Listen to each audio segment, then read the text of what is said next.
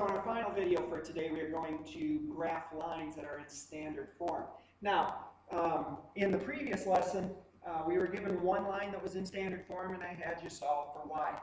That is no longer necessary. There is a very easy way to graph lines that are in standard form, and that is talking about the intercepts of the line.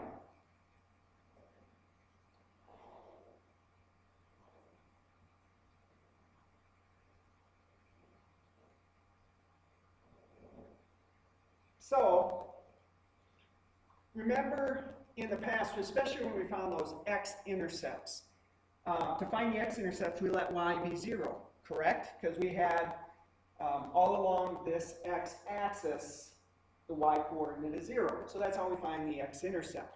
We can follow that same logic to find both intercepts here. For example, if we wanted to find the y-intercept of this line, we're going to let x be 0. We're going to plug 0 in for x. Well, what is 3 times 0? 0.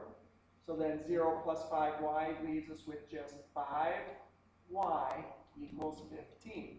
And when we do that, y obviously is equal to 3. So that is our y-intercept.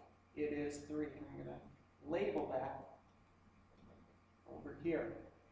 Now to find the x-intercept, we let y be 0, because all along that x-axis, y is 0. So to find any intercept in your graph, you let the other variable equal 0. So now, letting y be 0, we have 5 times 0, which is 0. 3x plus 0 would be 3x is equal to 15. And then we solve that for x. Dividing both sides by 3, we find x is 5. So our x-intercept of this line is 5, 0. We've got our two intercepts labeled. There's our line. And again, it asks for the domain and range. The domain, once again, is left to right. So way out here on the left is negative infinity. And way out here on the right is positive infinity. And the range goes from bottom to top. Bottom, way out over here, is negative infinity. The top is positive infinity. Now for our second one, we're going to do the exact same thing. We are going to draw our xy axis. And for this one, it doesn't matter which intercept you find first. If you want to find the x-intercept first, go right ahead. Just plug 0 in for y. 4 times 0 is 0. 2x minus 0 is 2x equals 8. So then x is 4. There's our x-intercept, 4, 0. To find the y-intercept, we let x equal 0 because x is 0 all along the y-axis. 2 times 0 is 0. 0 minus 4y is negative 4y equals 8. Be very careful. Don't forget that negative.